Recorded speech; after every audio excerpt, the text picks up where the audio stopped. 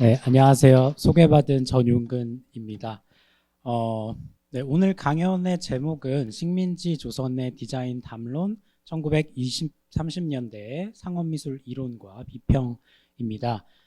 식민지 시기 그 중에서도 이제 1920년대랑 1930년대에 초점을 맞춰서 어떤 디자인 담론이 생산되었나에 대해서 말씀드리려고 하는데요. 이제 당시에는 디자인이라는 용어가 사용되지 않았기 때문에 상업미술이라는 용어를 중심으로 쓰인 텍스트들에 대한 것입니다. 여기서 상업미술이라고 하면 뭐 신문, 잡지, 광고, 포스터, 간판, 뭐 진열창 같은 평면과 입체의 상업적 디자인을 포괄하는 용어라고 할 수 있는데요. 다시 설명드리겠지만 사실 이 용어도 당시에 뭐 아주 보편화되거나 일관된 용어였다라고 보기는 조금 어렵지만 그래도 가장 자주 사용되었던 용어였고요. 또 많은 텍스트들이 이제 이론으로서의 성격과 비평으로의 성격을 동시에 가지고 있었기 때문에 뭐 뚜렷하게 구분하지 않고 같이 담론을 형성했다는 관점을 가지고 설명을 드리려고 합니다. 오늘 말씀드리는 내용은 보시는 것처럼 이제 구성이 되어 있고요. 좀 길지만 순서를 따라서 하나씩 말씀드리도록 하겠습니다. 이 연구 자체는 제 박사 논문에 일부 기반을 두고 있습니다. 식민지 조선의 광고를 디자인사의 관점에서 연구한 것인데요. 사실은 원래 이제 기존에 있는 연구를 이제 조금만 수정하고 보완해야겠다라는 생각으로 연구를 다시 시작을 했는데 막상 하다 보니까 제가 기존에는 간과했던 부분들도 좀 많이 있었고 또 새로운 자료들도 찾고 하다 보니까 원래의 내용과는 사실 꽤 다른 모양새를 갖추게 됐습니다. 애초에 제가 이런 텍스트들 담론에 주목하게 된 이유는 식민지 시기에 보시는 것 같은 광고가 신문이나 잡지에 정말 많이 실렸고 또 이제 쇼윈도우라고 불렸던 진열창 같은 실내 장식 사진들도 굉장히 많이 발견이 됩니다. 그래서 이 이미지들이 굉장히 많이 있는데 비해서 그것들을 당대의 기준에서 좀 분석하고 해석할 틀이 많지 않았다라고 생각을 했고요. 이제 물론 이제 일본 상업미술이라고 하는 어떤 지배적인 참조점이 있었지만 그것과는 구별되는 식민지의 맥락 혹은 조선인 디자인의 맥락이라는 것이 있을 것이라고 생각을 했고 그래서 그런 것들을 이해할 단서를 찾으려고 했던 거라고 할 수 있고요. 반대로 이런 텍스트들과 이미지들을 좀 같이 분석을 하면 소재주의를 조금이나마 극복하고 광고 디자인과 담론이 조선에서의 어떤 식민지적 근대에 대해서 조금은 다른 이해를 줄 수도 있지 않을까 이렇게 생각을 했습니다. 먼저 연구의 대상이 되는 상업미술 이론과 비평의 텍스트들에 대해서 간단히 설명드리면 식민지 조선에서 광고 혹은 디자인에 대한 한국어 단행본이나 아니면 전문 잡지 같은 것들이 이제 출판된 사례는 아직까지 발견되지 않았습니다. 뭐 그때까지도 그랬고 저도 아직은 발견을 못했는데요. 그래서 이런 주제를 다룬 텍스트들이라고 하는 것은 대체로 동아일보나 조선일보나 매일신보 같은 주요 일간지들 아니면 뭐 별건곤이나 삼천리 같은 대중잡지 그리고 드물게 발견되는 상업 전문 잡지, 뭐 경영 전문 잡지라고 할 수 있는데요. 이런 것들을 통해서 발표되었습니다. 이게 현재까지 이제 제가 선행 연구랑 1차 자료 분석을 이제 바탕으로 파악한 텍스트들인데요. 이게 1920년대 그리고 1930년대입니다. 물론 이제 광고에 대한 글들은 훨씬 더 많이 있지만 그 중에서 광고의 방법이나 아니면 디자인의 형식에 대한 구체적인 논의가 나타난 것들을 추린 것입니다. 이 텍스트들 중에는 이제 제가 나름 발굴한 것들도 있지만 대부분은 이미 미술사나 뭐 언론학 분야에서 선행 연구에서 소개된 것들입니다. 다만 이제 선행 연구에서는 주로 이제 개별 텍스트가 미술가들의 경우에 그 글을 쓴 미술가의 작업 세계에서 갖는 의미에 대해서 논의하는 경우, 그 다음에 어떤 개별적인 디자인 현상을 설명하기 위한 근거로 이 텍스트들이 분석된 경우가 많이 있었고요. 조선에서 상업미술 이론 비평이 전개된 전체적인 흐름이나 아니면 체계에 대한 이해는 아직 조금 불충분하다고 생각이 됩니다. 그래서 물론 이런 체계를 구축하는 것은 제가 혼자서 갑자기 단기간에 할 수 있는 작업은 아니기 때문에 오늘 말씀드리는 내용은 이런 체계를 앞으로 구축해 나가기 위한 하나의 기초 작업이자 제안 정도로 생각해 주시면 좋을 것 같습니다. 연구 방법론에 있어서는 이제 디자인사 생소할 수 있을 것 같은데요. 디자인사라고 하는 것이 여기서 이제 디자인사 연구 방법론이라고 하는 것은 조금 단순화해서 말하면 사물과 이미지 같은 디자인된 인공물에 대한 실증적인 분석, 구체적인 분석을 가장 기본적인 단위로 해서 그 다음에 그것들을 둘러싼 사람들, 그다음에 이제 사물들의 생산, 유통, 소비의 과정들, 이게 두 번째 층위 정도가 되겠고요. 그리고 마지막으로 이런 과정들이 이루어지는 사회적이고 문화적이고 정치 경제적인 환경들, 이런 것들을 종합적으로 이해하고자 하는 방법론이라고 할 수 있습니다. 이 연구에 이걸 다시 적용해서 말하면 조선의 디자인 이론 비평 텍스트들을 말하자면 일종의 디자인된 사물로 간주를 해서 이제 그것들이 어떤 내용을 담고 있는지, 그다음에 누구에 의해서 어떻게 왜 생산되어서 또 유통되었는지, 소비되었는지 이제 이런 것들을 같이 살펴본다고 할 수 있고요. 특히 텍스트를 분석하는 것에 더해서 어떤 지면 위의 텍스트들과 공존했던 이미지들, 참고 도판이라든지 같은 시대의 기업들의 인쇄 광고 같은 그런 이미지들의 디자인을 조금 꼼꼼하게 분석하려고 했습니다. 또 저자들의 활동, 소속 기관, 네트워크, 아니면 텍스트가 실린 매체 자체의 특성, 이런 것들을 살펴보고요. 이렇게 텍스트의 생산과 수용의 전체 과정을 조금 더 이제 입체적으로 파악을 해서 디자인 담론의 문장들 아래에 있던 실체를 조금 더 구체적으로 알아보고자 했습니다. 또 이제 조금 더 나아가서는 조선에서의 식민지 근대성에 대한 이해를 심화하는 것이 이 연구의 어떤 좀 궁극적인 목표라고 할 수 있습니다. 상업미술이라고 하는 것이 당시의 근대성 경험의 최첨단에 있었던 어떤 그 새로운 상품들, 화장품이라든지 약품, 패션, 영화 이런 것들이죠. 그래서 그런 것들의 소비를 어떤 지지하고 촉진하는 기반이면서 또 동시에 지면에 실린 이미지나 아니면 가게의 실내 장식 같은 형태로 이제 그 자체로 하나의 시각적 스펙타클을 어떤 제공했던 매체였다고 할 수 있습니다. 그래서 이러한 매체가 작동하고 또 그것에 대한 지식이 생산되었던 구조를 좀 구체적으로 파악해서 그럼 우리가 시각 문화의 표면적인 화려함 이면에 있었던 어떤 근대성 경험에 대해서 조금은 더 실증적이고 비판적으로 이해해 볼 수 있지 않을까. 그래서 이런 디자인사 연구 아니면 일상사 연구가 흔히 직면하는 문제라고 할 수 있는 소재주의적으로 흐를 수 있다는 한계를 조금 보완해 볼 수 있지 않을까, 그런 생각을 했습니다. 우선은 본격적인 논의를 하기에 앞서서 상업미술이라는 용어에 대해서 조금 부연 설명이 필요할 것 같은데요.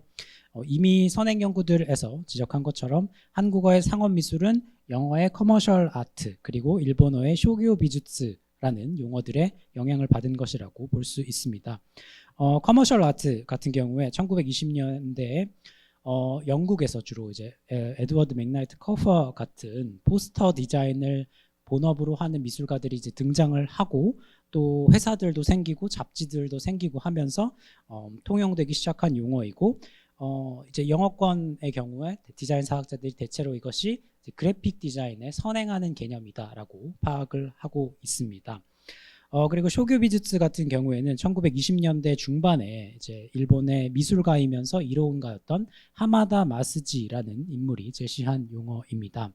특히 하마다가 편집한 현대 상업미술 전집이라는 24권짜리 굉장히 긴 이론서이자 도안집이 있는데요.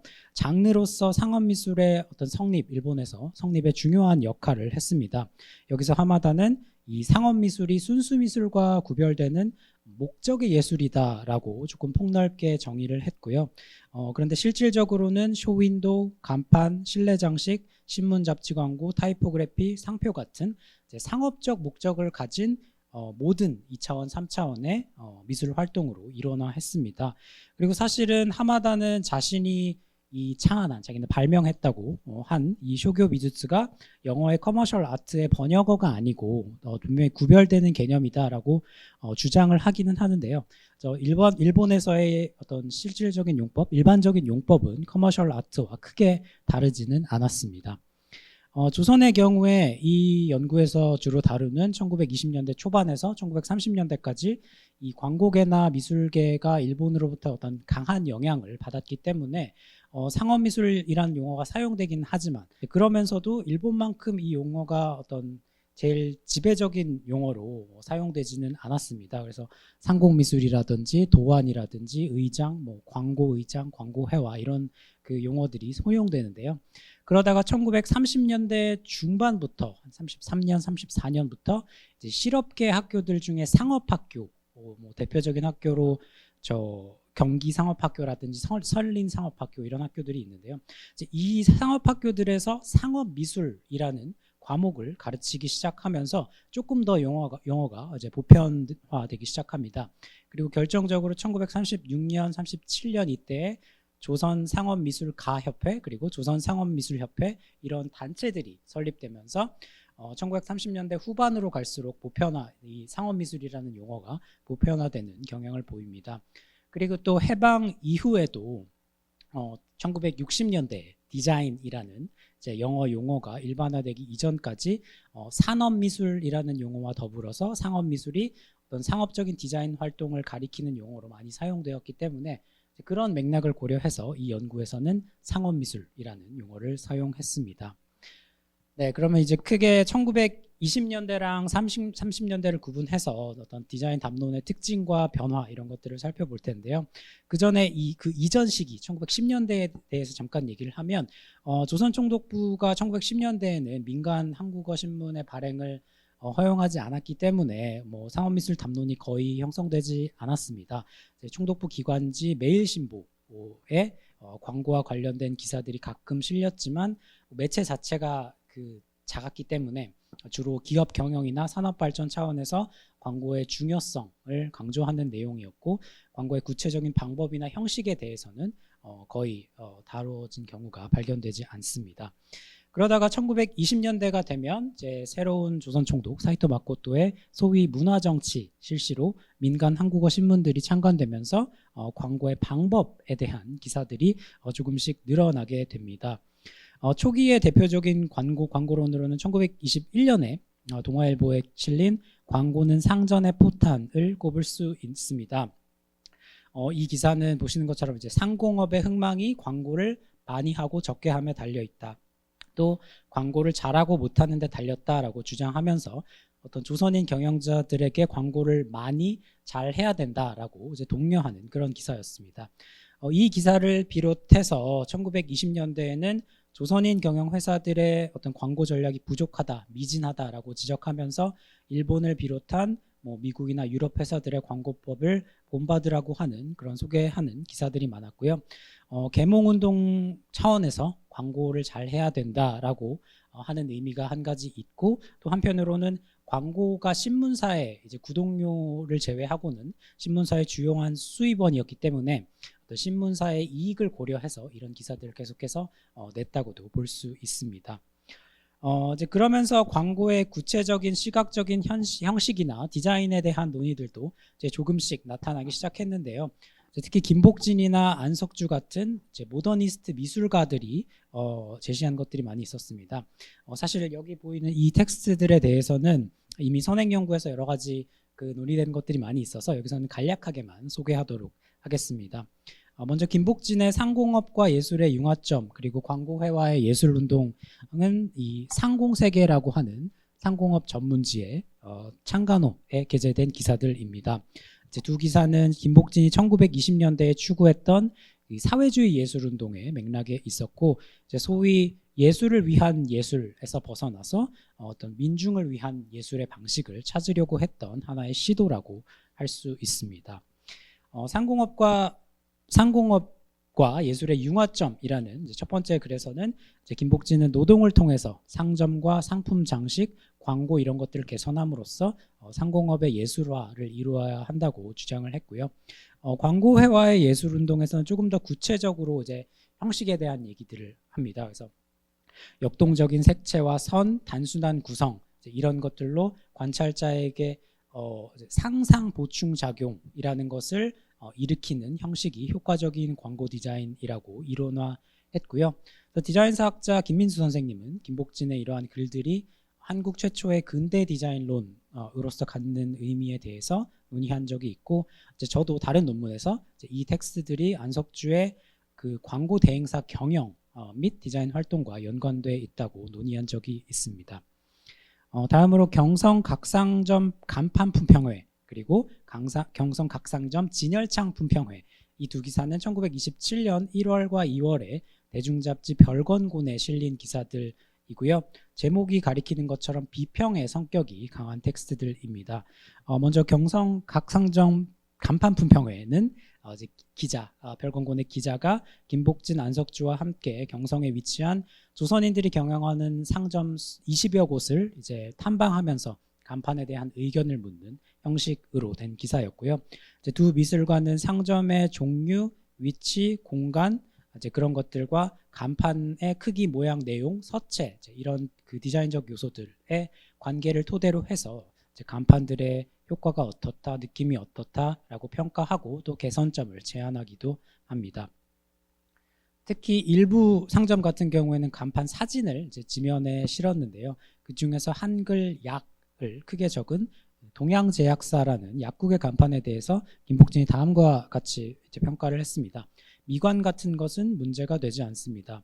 대체로 간판 자체가 그리 아름다울 것이 아니요. 지금까지 본 중에 가장 낫습니다. 약이라는 글자의 외곽에 청선으로 퍽 많은 공과가 있는 줄 압니다. 이런 것이야말로 간판다운 간판이라고 보지 않을런지요. 질로써 말입니다. 라고 얘기를 합니다. 안석주도 여기에 동감한다라고 말을 하고 있어서 이 비평이 이제 간판과 같은 상업미술, 순수미술이 아닌 상업미술에 대한 이 미술가들의 관점을 잘 보여준다고 할 수 있는데요.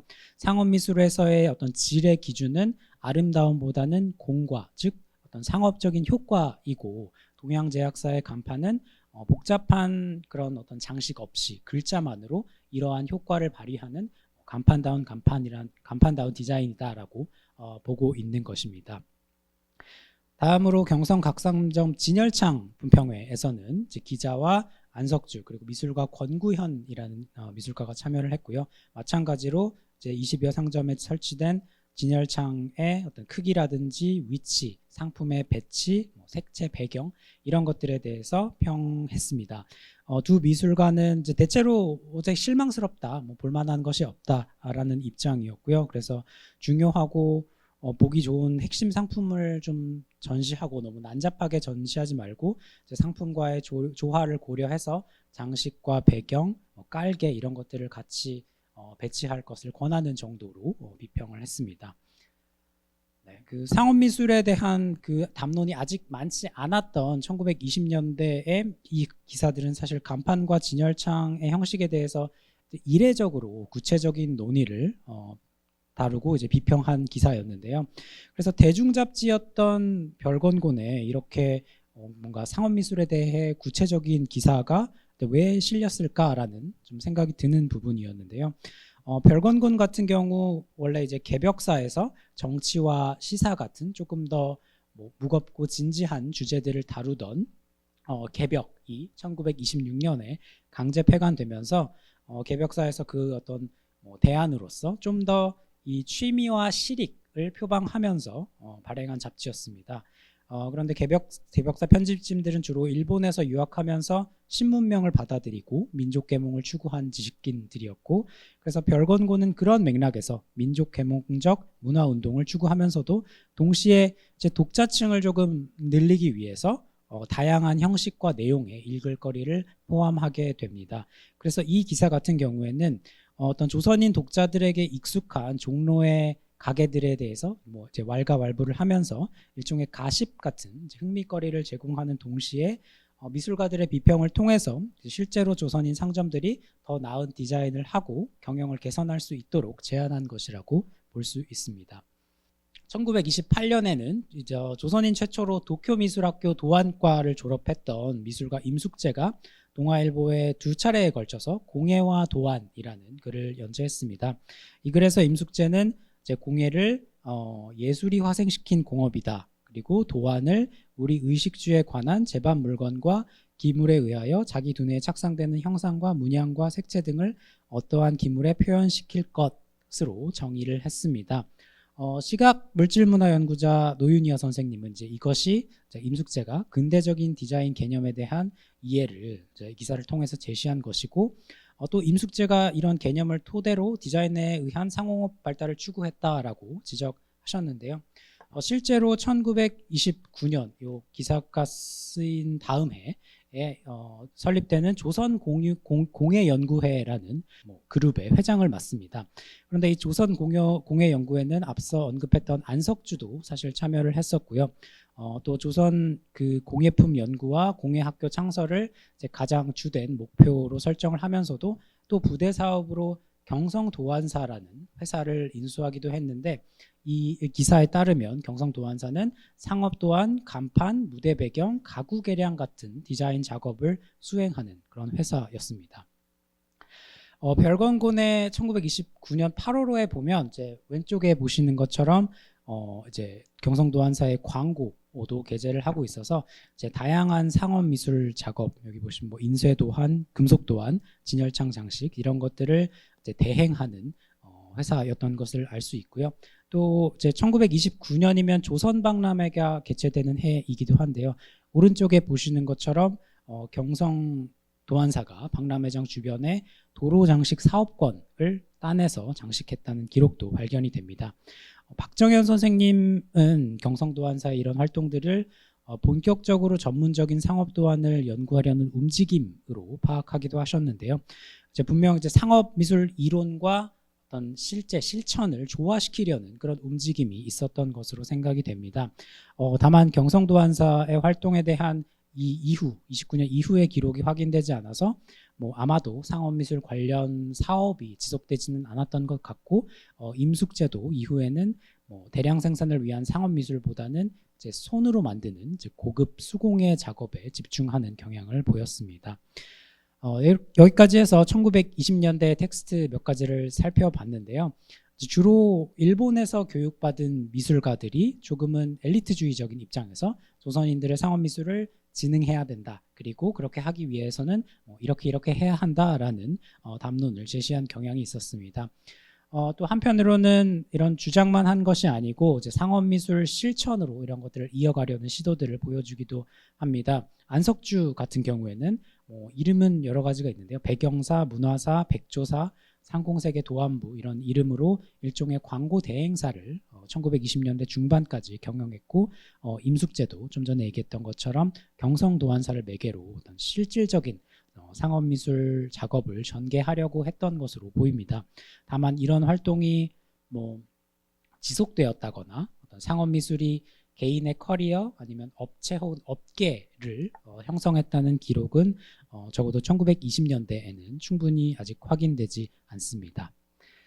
네, 그러면 다음으로 이제 이 연구에서 가장 큰 부분을 차지하는 1930년대에 대해서 얘기를 할 텐데요. 1920년대에 비해서는 일단 딱 보기에도 전체적인 텍스트의 수가 굉장히 많아졌고요. 또 개별 텍스트를 놓고 보면 대체로 분량이 늘어나고 또 내용은 심화되었다라고 할 수 있겠습니다. 또 한 가지 특징은 여기 연재 횟수가 있는 그 줄이 있는데요. 일간지의 연재 기사 형식이 상당히 많이 발견된다는 점입니다. 그래서 아마도 단행본이나 어떤 전문 잡지 같은 그런 매체가 없는 상황에서 보다 심화된 이론이나 비평을 발표하기 위해서 조금 분량을 확보할 수 있는 이런 연재 형식을 사용했다고 추측이 됩니다. 이 시기에 광고론 증가에 대해서 언론학자 신인섭 서범석 선생님은 광고 기법이나 표현에 있어서 눈부신 발전이 있었다. 그리고 광고에 대한 연구가 상당했다라고 지적을 하셨고요. 문학자 권창규 선생님도 이제 1930년대 특히 이제 인쇄 광고의 이미지가 늘어나면서 읽는 광고에서 보는 광고로 넘어가는 양상이 파악이 되는데, 이제 그러한 배경에 독자적인 광고론이라 할 만한 것들이 전개된 그런 배경이 연관이 있다라고 보셨습니다. 1920년대도 그렇지만 1930년대에는 텍스트의 양이 굉장히 많기 때문에 이번 한 연구의 범위 안에서 이걸 다 자세하게 다루기는 어려웠고요. 그래서 여기서는 우선 어떤 그 전반적인 이론적인 경향과 특징을 파악하는 걸 하나 하고요. 그 다음에 상업미술의 형식에 대한 가장 구체적인 논의가 나타난 두 개의 텍스트, 심영섭의 상공업과 미술, 그리고 활혜생 혹은 김형식의 광고에 대한 일반 상식 해설, 이 두 텍스트에 대해서 조금 더 다각적으로 분석하면서 살펴보도록 하겠습니다. 1930년대 담론에서 이제 가장 두드러지는 특징, 내용에 있어서 특징은 광고에 있어서 심리학 그리고 어떤 소비자의 감정을 공략할 필요성을 강조하는 경향이 나타났다는 것입니다. 예를 들어서 신상업술로서 광고 선전의 효능이라는 그래서는 광고에서 사람의 마음을 전부 끌어들이려는 데에는 어떻게 하면 제일 유효 신속할까에 대하여 연구와 검토를 거듭해야 하며 이를 위해서는 두말할 것도 없이 심리학적 연구가 필요하다라고 주장했습니다. 또 심영섭은 상공업과 미술에서 상공업 경영에는 능률의 표준화라고 하는 것이 중요하고 이것을 위해서 상업심리학에 대한 이해가 필요하다라고 설명했고, 이제 특히 광고 상업미술이라는 것은 그 중에서도 심리학적 요소를 가진 것이다 라고 적어서 이제 상공업의 여러 영역들 중에서도 광고에서 특히 심리학이 중요하다고 강조했습니다. 또 이제 가장 밑에 경성에서 문방구점을 경영했던 정대업이라는 인물은 상품 광고와 심리학의 관계, 제목에서부터 심리학을 다룬 글이었고요. 광고의 이론에 근저를 공급하는 것은 심리학을 빼놓고는 타에서 구할 수 없다라고 못 박았고, 광고의 기능을 효과적으로 구현하기 위해서 심리학을 활용해야 된다라고 이제 글 안에서 다양한 주장을 하게 됩니다. 이런 심리학적 접근이 어떤 그 공통적인 하나의 그 테마였다고 한다면, 또 많은 텍스트들이 인간의 이성과 합리성 그리고 감각과 감정을 양분하는 그런 관점을 보여주기도 했습니다. 예를 들어서 이 한승인 같은 경우에 미국 콜롬비아 대학에서 마케팅을 공부한 당시로서는 엘리트 경영학자였다고 할 수 있는데요. 광고와 소비자 구매 동기라는 글에서 소비자의 구매 동기를 감정적 동기와 합리적 동기로 나누고 이제 각각 어떤 상품을 살 때에 본능과 감정의 충동을 받아가지고 사는 것, 그리고 이지적 타산적으로서 사는 것으로 이제 규정을 했습니다. 그러면서 둘 중에 이제 광고에서 어떤 구매 동기를 공략해야 그 광고가 가장 효과적일지 결정하는 것이 이제 광고주의 중요한 역할이다라는 그런 논의를 했고요. 한승인이 이성과 감정 모두 다 가능하다, 둘 중에 골라야 된다라는 입장이었다고 한다면, 대부분의 다른 논객들은 소비자의 감정을 더 강조하는 그런 관점을 보였습니다.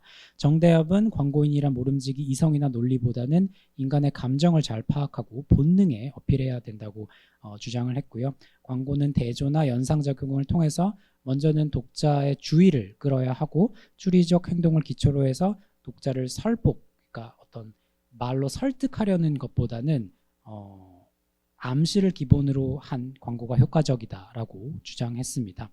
심영섭도 소비자로서의 대중이 이론적 지각적 가치보다는 감각적 가치에 반응한다고 반복해서 강조를 했고, 따라서 현대적 상공미술은 독재적이요 상징적이며 감각적이라 할 것이요 결코 이론적이며 설명적이어서는 안 된다라고 주장을 했습니다.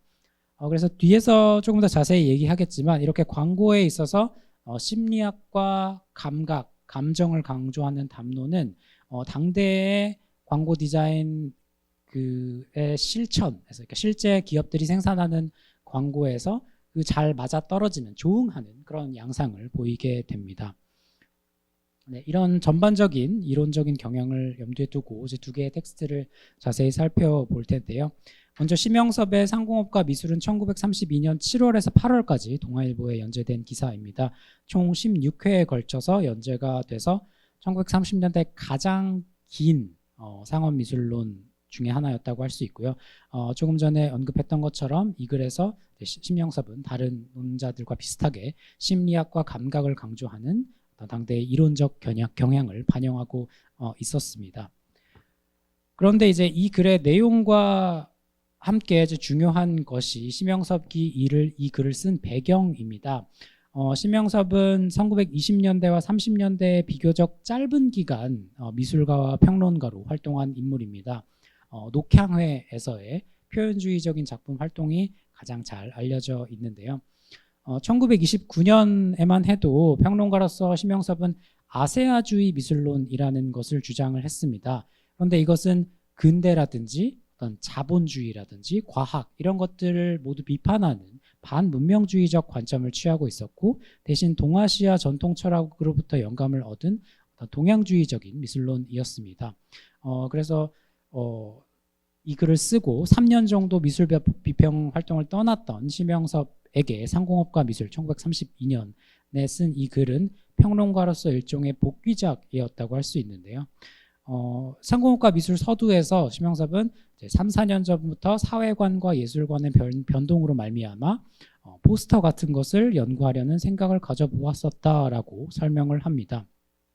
여기서 사회관과 예술관의 변동이 무엇일까라고 했을 때 아마도 자본주의에 대한 부분적인 인정을 의미한다고 생각이 됩니다. 이제 심영섭은 상공업적 생활은 근본적으로 모순이고 불합리이기는 하지만 아무리 우리가 이상이 고언하여도 현대의 상공업적 사회생활이 소멸하지 않는 이상에야 어쩔 수 없는 것이다. 좋든지 싫든지 간에 기중적 생활행동을 취하지 않을 수 없는 것이니 당분간은 부득이 우리의 인격의 일면을 상공업에 타협하여 볼 수밖에 없다라고 인정했습니다. 그리고 그런 어떤 현실에 당분간 적응해야 되는 이상 개인의 생활을 위하고 상공업계의 진보를 위해서 상공미술을 연구해야 된다. 그리고 이왕이면 남보다 먼저 그리고 새롭고 내용 있게 나아갈 것으로 연구하자라고 주장을 하면서 민족 계몽적인 관점을 여기서도 보여주고 있습니다. 심영섭은 이 글 안에서 이제 자신이 예술관이 왜 변했는지를 더 구체적으로 설명하지는 않는데요. 아마도 당시에 변화하던 경성의 소비 공간이라고 하는 것이 그에게 영향을 미쳤을 것이라고 추측할 수 있습니다. 사회학자 김배경 선생님이 지적하신 것처럼 1920년대 후반은 경성의 소비 대도시화가 이루어지던 시기였습니다.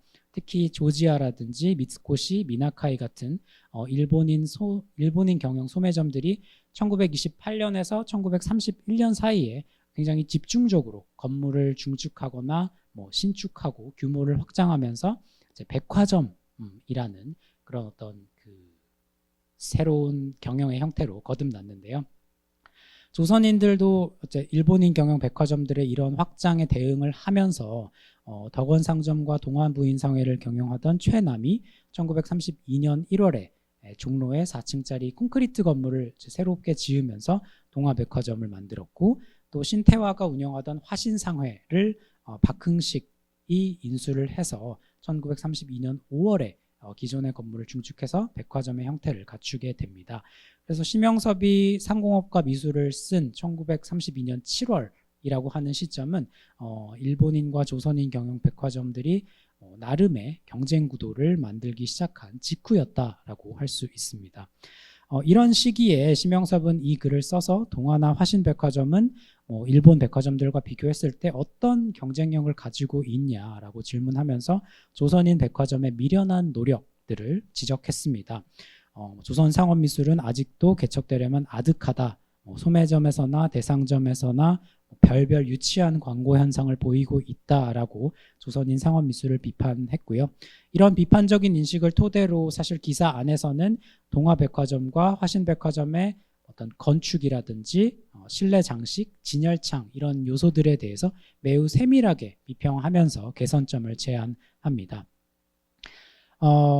네, 이렇게 상공업과 미술은 비평의 성격을 가지고 있으면서 동시에 상업미술 형식에 대한 좀 더 보편적인 이론적인 논의도 담고 있습니다.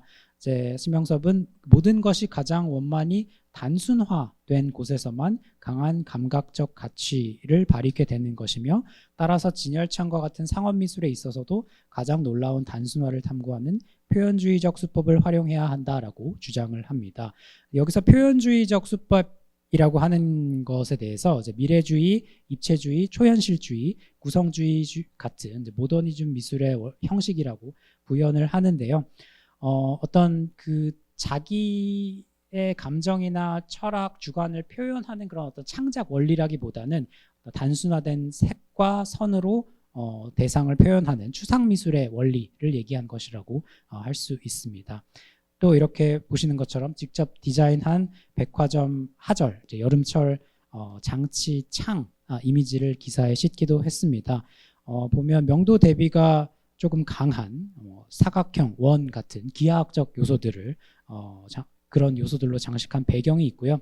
그 앞에 간결하게 표현한 바다와 낙하산 이미지가 배치된 그런 형태입니다. 그래서 이런 장식창이 심영섭이 이론화했던 단순하고 표현주의적인 그래서 보는 이의 감각을 자극하는 그런 상업 미술의 본보기였다라고 할 수 있습니다. 상공업과 미술 말미에 심영섭은 이렇게 적습니다. 나는 깊지 못한 연구의 결과이나마 멀지 않은 날에 점창 장식 도안을 발표하기 위해 상공미전을 개최하여 볼 예정이다. 그리고 가급적으로 우선 상공미술사를 확정하여 보고 싶다. 말하자면 자기가 그래서 제기한 이론을 토대로 해서 전시도 열고 회사도 차려서 직접 상업미술을 실천하려고 한 것이라고 할 수 있는데요. 안타깝게도 심영섭은 1932년 이 글을 쓴 직후에 이제 낙향에서 농사를 지은 것으로 확인이 되고 있어서 아마도 이런 계획을 실제로 실현하지는 못했던 것으로 보입니다. 그 다음에 살펴볼 텍스트는 이제 심영섭의 글과 같은 해 1932년 조선일보에 실린 광고에 대한 일반상식 해설입니다. 이 기사도 14회에 걸쳐서 연재된 긴 기사인데요. 신인섭 서범석 선생님은 이 기사에 대해서 광복전 광고에 관해 쓴 글로서는 가장 많은 분량이고 포괄적이며 현실적인 동시에 매우 전문적이라고 언급하면서 이제 이 글이 조선에서 어떤 광고론으로서 갖는 가시성, 중요성 이런 것들에 대해서 지적하신 바가 있습니다. 다른 연구자들도 이런 비슷한 지적을 했음에도 불구하고 기사의 내용에 대한 분석이나 아니면 더 넓은 맥락에 대한 고찰은 아직 그렇게 많이 이루어지지는 않았다라고 생각이 드는데요. 아마도 그렇게 된 데에는 WH생 혹은 활해생으로 표기되어 있는 불분명한 작성자가 연구를 조금 어렵게 한 측면이 있었던 것 같습니다. 그래서 이 필자가 누굴까 조사를 조금 해봤는데요. 아마도 활해생이라는 필자는 당시에 조선일보사에서 사회부 기자로 일하고 있었던 김영식이라고 생각이 됩니다. 김영식은 1920년 정도부터 활해 김영식이라는 필명으로 동아일보에 기사를 실었고요. 1924년까지는 동아일보사의 평양지국장으로 활동을 했습니다. 그러면서 이제 조선 물산장려운동 같은 데에도 적극적으로 참여를 했고요. 그러다가 중간에 조금 여담이지만 이제 간통과 횡령 스캔들 때문에 동아일보사를 그만두게 된 것 같고요. 1926년에 기자 촉탁으로 이번에는 동아일보가 아닌 조선일보사의 평양지국에서 일하기 시작해서 1931년 시점에는 보시는 것처럼 조선일보 사회부 기자로 이름을 올리고 있었습니다. 다시 그 기사로 돌아와서 어떤 내용이었는지를 살펴보면 앞선 연구들에서 지적한 것처럼 상당히 폭넓고 동시에 구체적인 내용이라고 할 수 있습니다. 화면에서 보시는 것 같이 전반부 선 부분에서 당대 조선 광고계의 이제 상황을 진단하는 것에서 시작을 해서 광고의 필요성을 논하고 후반부에는 광고의 방법에 대한 구체적인 논의에 상당히 많은 분량을 할애합니다. 먼저 서론에서 김영식은 조선의 광고비 규모가 일본의 10분의 1 정도밖에 되지 않고 조선인 발행 민간지의 광고란이라고 하는 것도 거의 그 전부가 일본서 나오는 광고로 점령되었다라고 지적을 합니다. 그래서 광고에 대하여 조선인들은 극히 냉담하며 우리의 광고란 것은 거의 없다라고 약간 자조적으로 한탄하기도 합니다. 이러한 상황의 원인으로는 신문 자체의 불찰 그리고 일반 상공업자가 광고에 대한 이해가 부족한 것을 꼽았고요. 특히 이 후자 일반 상공업자에 대해서 광고의 주체인 이 회사들이 광고를 무용의 낭비라거나 아니면 어떤 신문사에 대한 일종의 감정에 지배된 의연이나 동정금이라고 생각하는 것이 문제라고 비판을 합니다. 뒤에 4장의 신문 광고가 필요한 이유에서부터는 이거보다 조금 더 이론적이고 분석적인 내용이 제시되고 5장 광고의 방법은 이제 오른쪽에 있는 표와 같이 광고의 기획, 매체 선택에서부터 레이아웃, 문안, 디자인에 이르기까지 매우 구체적인 논의를 담고 있습니다. 그래서 3장까지가 이 김영식이라는 인물이 10여 년 정도 신문계에 종사하면서 접할 수 있던 정보 혹은 경험에 근거한 내용이라고 한다면 4장부터는 광고에 대한 전문적인 지식을 토대로 한 이론적이거나 실무적인 내용들이라고 할 수가 있습니다. 전반적인 논지의 핵심은 신문 광고는 직감적 속으로 사람의 심리를 움직이려는 것이다. 그리고 이 목적을 달성하기 위해서는 회화, 즉 이미지 외에는 방법이 없다라는 것이었습니다. 그러면서 여백이라든지 배경, 삽화, 윤곽, 문자, 타이포그래피 같은 이제 광고 회화 디자인의 다양한 요소들을 논의하는데요. 번잡 혼란을 피하고 정돈 명쾌를 중심으로 해야 될 것이다 라고 서술하고 있어서 형식적 단순성을 강조하고 있는 것을 알 수 있습니다. 정리하자면 김형식의 상업미술론은 당대의 다른 이론들과 유사하게 심리학, 감각, 그리고 시각적인 단순성 이런 것들에 초점을 맞추면서도 유독 더욱 세밀한 논의를 제시했습니다.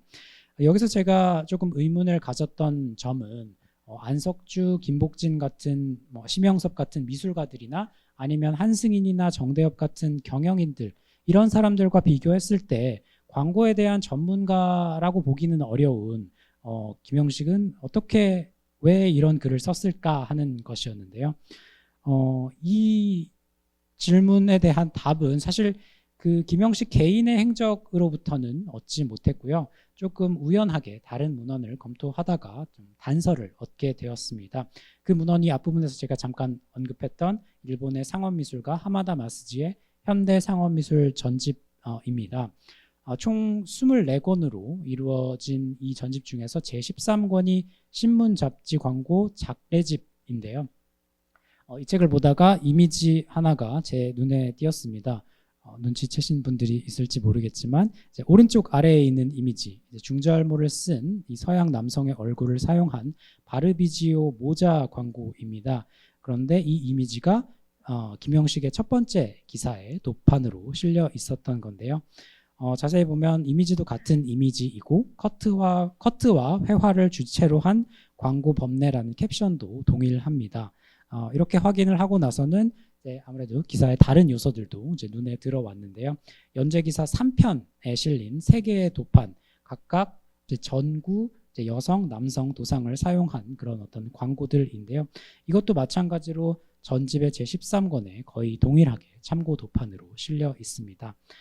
이렇게 도판들의 어떤 시각적인 유사성을 확인하고 나서 각각의 텍스트들을 다시 읽어보니까 김형식은 광고에 대한 일반 상식 해설 그 4장 이후에 내용 대부분을 이 신문, 잡지, 광고, 장례집에서 빌려왔다는 것을 확인할 수 있었습니다.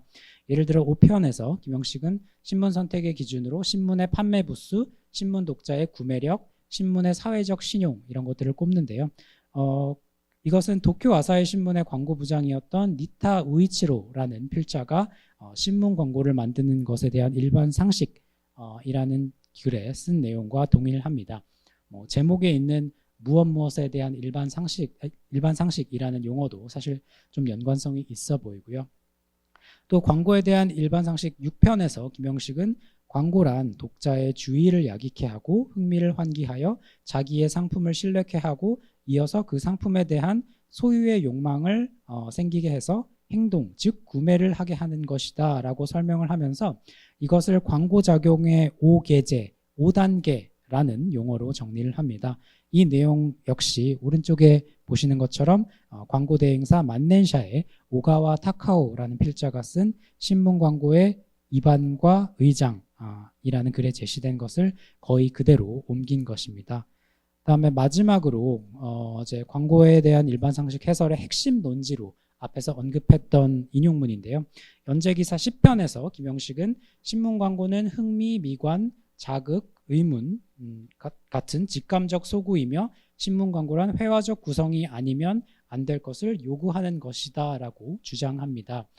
이것 역시 신문, 잡지, 광고 장례집에 하마다 마스지가 쓴 신문 광고의 회화적 구성의 방면에서 본 입안과 의장의 동일한 내용과 용어들이 발견됩니다.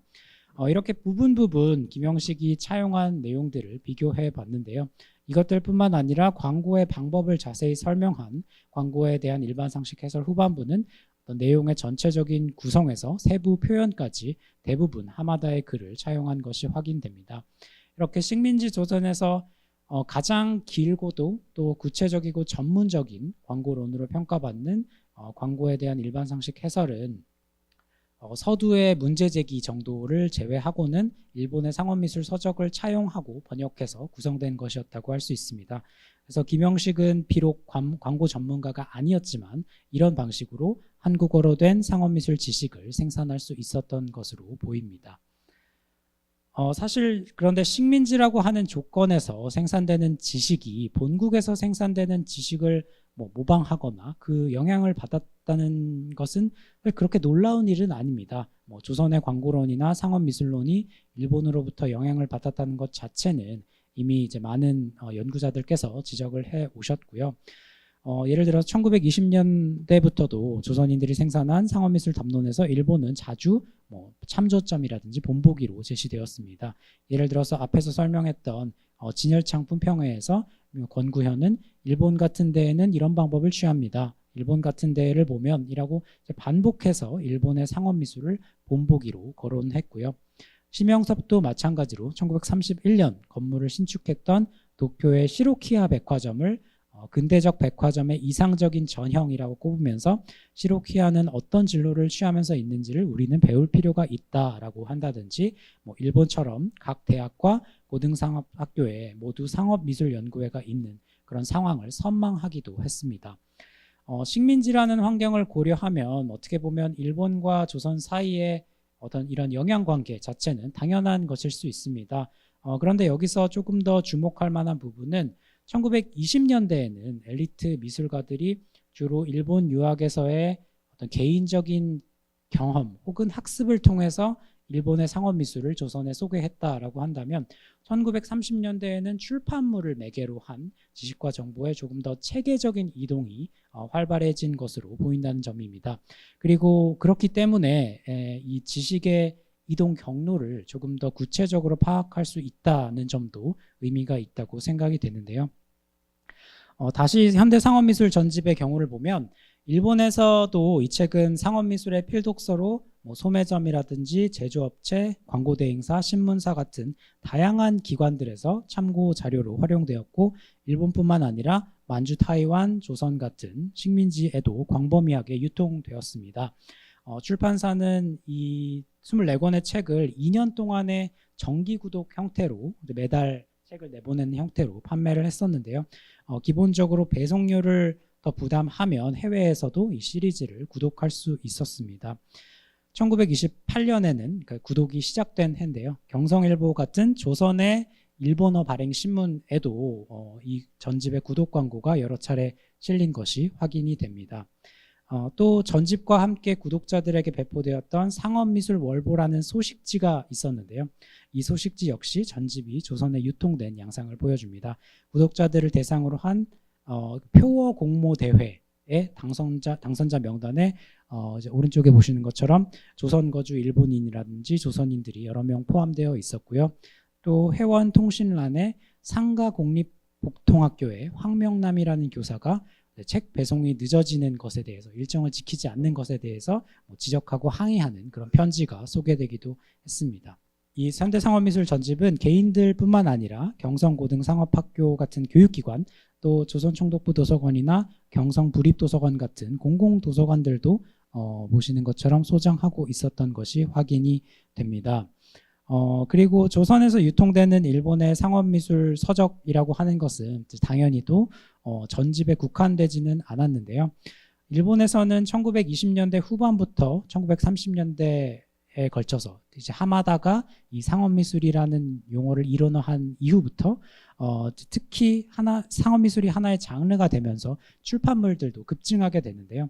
조선총독부 도서관이나 경성부립도서관 소장도서 목록을 보면 이런 그 일본의 상업미술 서적들을 다수 소장했던 것이 확인이 됩니다. 그 중에서는 하마다가 썼던 다른 책도 있고요. 일본 그래픽 디자인의 아버지라고 이제 여겨지는 스기우라 히스이의 책도 있고 또 하마다의 약간 라이벌이면서 광고계라는 이제 업계 중심지의 편집장을 맡았던 무로타 쿠라조 같은 저자의 책도 있었습니다.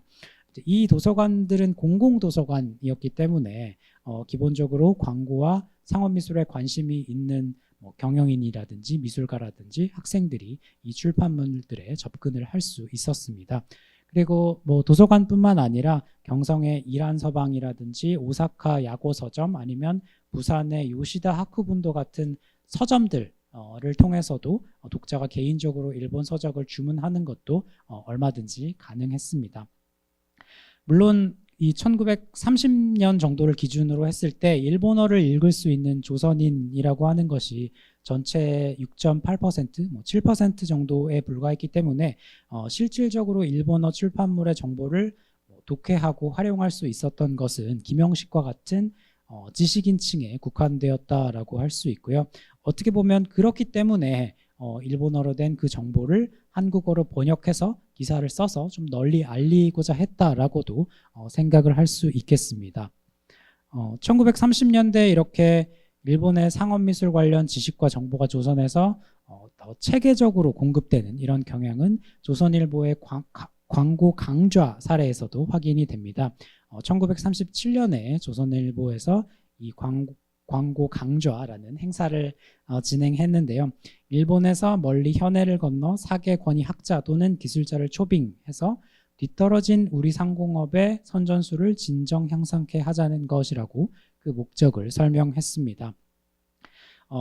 이게 강연자들은 광고 대행사 덴츠의 이시 에이타, 일본 광고연맹의 이토 센키치, 또 잡지 광고계에서 이 당시에는 나카야마 타이오도라는 그 구라부 화장품을 만들던 회사인데요.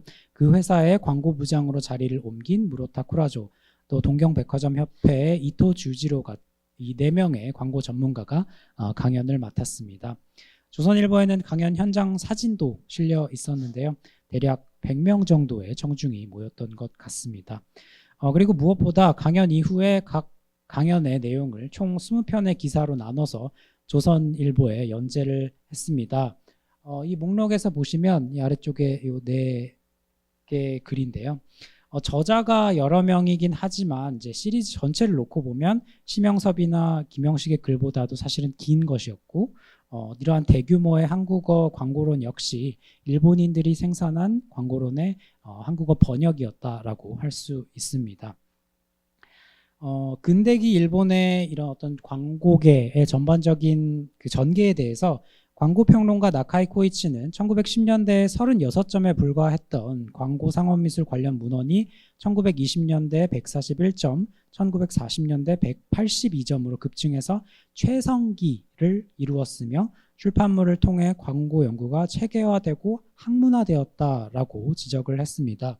또 언론학자 우치카와 요시미는 이러한 연구의 체계화가 1920, 30년대 광고의 표현 기술이나 수단에 있어서 근대 광고에서 현대 광고로의 질적 비약에 기여했다고 말합니다. 그리고 이렇게 일본에서 체계화된 상업미술에 대한 지식과 정보는 일본의 광고주들 그리고 광고 대행사들이 강한 영향력을 행사했던 조선의 광고계에도 지배적인 역할을 했던 것입니다. 다시 조선의 상황을 조금 되짚어 보면요. 앞에서 잠깐 얘기했던 것처럼 1920년대부터 소수의 조선인 엘리트 미술가들은 산발적으로 이론을 생산하는 한편 상업미술의 약간의 전문화, 전업화 이런 것들을 시도를 했습니다. 하지만 고등교육기관을 통한 전문적인 미술교육이 실행되지 않았던 조선에서의 성과는 대체로 부진했다고 보입니다. 물론 1930년대 후반이 되면 일본 유학을 거친 한홍택이라든지 이완석 같은 미술가들이 유한양행이나 천일제약 같은 큰 기업의 전속 디자이너로 활동을 하게 되지만 이 상업미술가라는 직업이 이제 충분한 전문 인력을 확보하고 그걸 토대로 사회적인 인정과 지위를 획득하는 것은 해방 이후의 일이라고 생각이 됩니다. 물론 이 부분에 대해서는 앞으로 더 좀 연구를 해야 되는 그런 내용이기는 한데요. 그래서 이렇게 식민지 시기에는 상업미술의 전문화가 미진한 상황에서 1930년대에 일본 출판물을 통해서 유입되는 상업미술 지식이 오히려 조선에서의 독자적인 담론 생산을 어떻게 보면 억제하는 그런 역할을 했을 것이라고 생각이 됩니다. 손쉽게 접근하고 차용하고 번역할 수 있는 지식이 지금 굉장히 가까이에서 체계화된 상황에서 그리고 상업미술이라고 하는 그 장르에 대한 어떤 보상 체계가 성립되지 않은 상태에서 조선인 담론 생산자들이 처음부터 새로운 이론을 만들어낼 유인이 적었다고 생각할 수 있습니다. 네, 그러면 마지막으로 이제 이렇게 양적으로 질적으로 확대된 1930년대 담론이 실제 디자인에 어떤 영향을 미쳤을지 이제 당대의 조선인 경영 기업들 몇 곳의 이제 광고 디자인을 통해서 보도록 할 텐데요. 1930년대 조선인 경영 기업들의 광고 디자인은 아까도 얘기했던 것처럼 동시대의 이론을 반영하는 양상을 보입니다.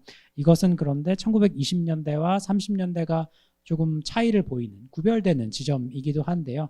1920년대는 미리 말하자면 이제 이론과 현상 사이의 괴리가 컸던 시기였다고 할 수 있습니다.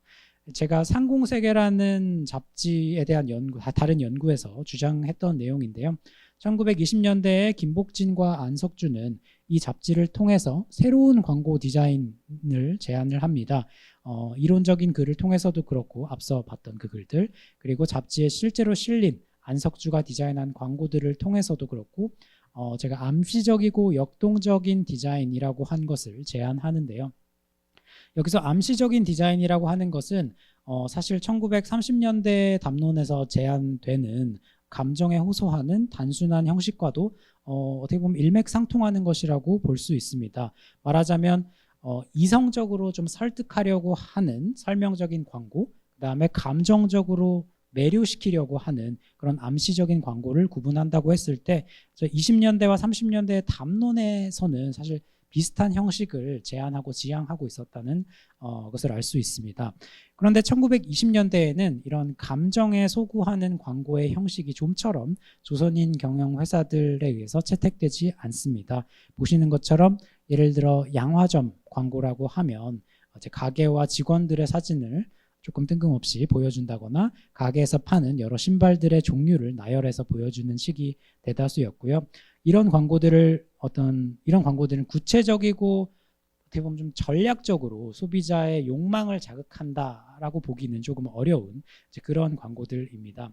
그래서 1920년대에는 광고 디자인에 있어서 현실과 일부 엘리트 미술가들이 생각했던 이상 사이의 괴리가 컸던 그런 상황이었다고 저는 생각을 하고 있습니다. 가장 대표적인 조선인 경영 기업이었던 화신상회도 마찬가지였는데요. 많은 조선인 회사들이 그랬던 것처럼 1920년대까지 화신상회의 신문 광고는 주로 판매하는 물품들의 이미지나 가게 건물의 사진 이런 것들을 직접적으로 제시하는 형태의 이런 설명적인 디자인으로 구성이 되었습니다. 그러던 것이 1930년대가 되면 조금 변화가 나타나기 시작합니다. 단순한 형식을 바탕으로 해서 감정에 호소하는 암시적인 광고가 늘어난다고 할 수 있는데요.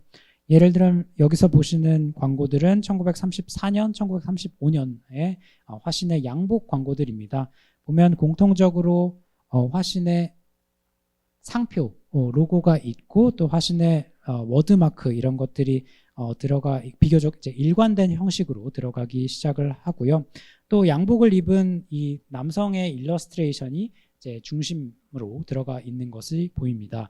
그런데 이 일러스트레이션의 형식을 보면 대체로 얼굴이나 그런 복장의 디테일 같은 것들은 생략이 되어 있고 주로 윤곽선이 강조된 간결한 형식으로 표현이 되어 있습니다. 또 어떻게 보면 좀 사소한 것일 수 있지만 구름이 배경에 들어가 있다거나 인물들이 담배를 피고 있다거나 이제 이런 식으로 야외에서 무언가 활동하고 있다라는 인상을 주기도 하는데요.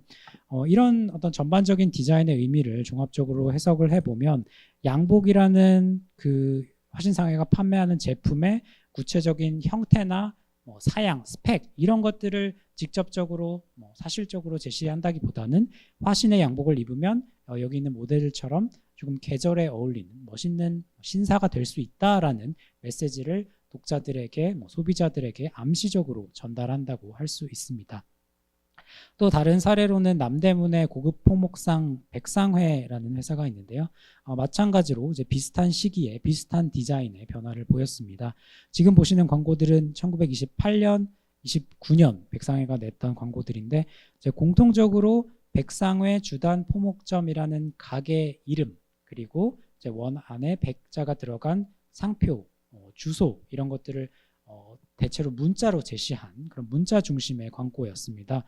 물론 이제 28년 오른쪽에 있는 28년 광고 같은 경우에는 검은 바탕을 사용하고 있고 또 29년 광고는 이 중간에 붉은색 잉크로 이제 상표를 인쇄했는데 당시로서는 상당히 구현하기 어렵고 조금 고급 그 기술이었습니다. 그래서 이런 그 기법들을 사용해서 각각 이 신문 지면상의 시각적인 차별화, 눈에 띄게 하는 효과를 시도하기는 하지만 기본적으로 이 두 광고는 회사와 상품에 대한 정보를 좀 직접적으로 전달하는 그런 설명적인 광고라고 할 수 있습니다.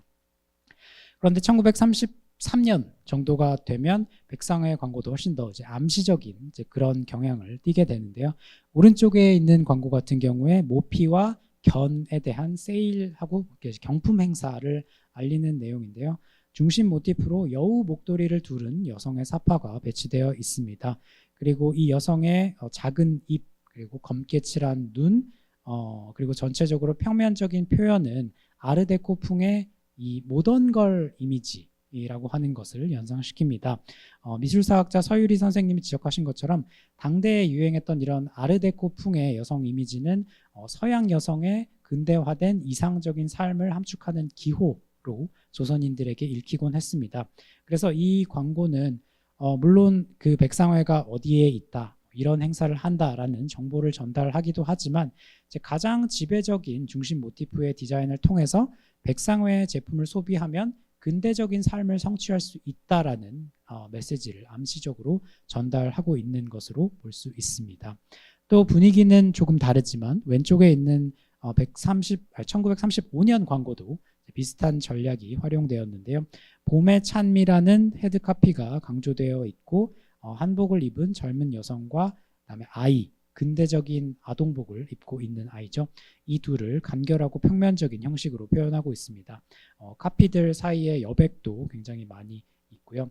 그래서 구체적으로 백상회가 어떤 스펙의 제품을 구비하고 있는지를 전달하기보다는 새로운 계절에 어울릴 새로운 제품들이 백상회에 준비되어 있습니다라는 그런 어떤 메시지를 암시하고 이제 넌지시 전달하고 또 백상회에서 제품을 사면 이 사파에 묘사된 것 같은 어떤 근대적인 삶을 얻을 수 있다라는 다소 과장 섞인 메시지를 이 광고를 통해서 전달하고 있다고 할 수 있습니다. 이렇게 1930년대에는 화신상회나 백상회 같은 조선인 경영 기업들이 심영섭이나 김영식이 강조했던 단순하고 감각적인 형식에 부합하는 광고를 디자인하고 있었음을 알 수 있습니다. 물론 모든 회사들이 뭐 이런 변화를 따랐던 것은 아니지만 이 회사들뿐만 아니라 어떤 활발한 광고 활동을 벌였던 업계의 큰 회사들, 예를 들면 제약업계의 천일제약이나 유한양행, 그리고 사무화장품, 아니면 단성사 도선극장 같은 극장들이 당시로서는 이제 이런 선도적인 상업미술의 형식을 1930년대에 걸쳐서 채택해 나갔습니다. 그래서 1930년대에는 1920년대와 비교하면 담론 생산이 늘어남에 따라서 조선의 상업미술에 있어서 이론과 실천의 간극이 좁혀져 나간 것으로 이해할 수 있습니다. 네, 그러면 이제 우리가 1920년대, 30년대 오래된 텍스트들, 광고 이미지들을 오늘은 충분히 본 것 같고요. 간단하게 앞에서 말한 내용들을 요약하고 마치도록 하겠습니다.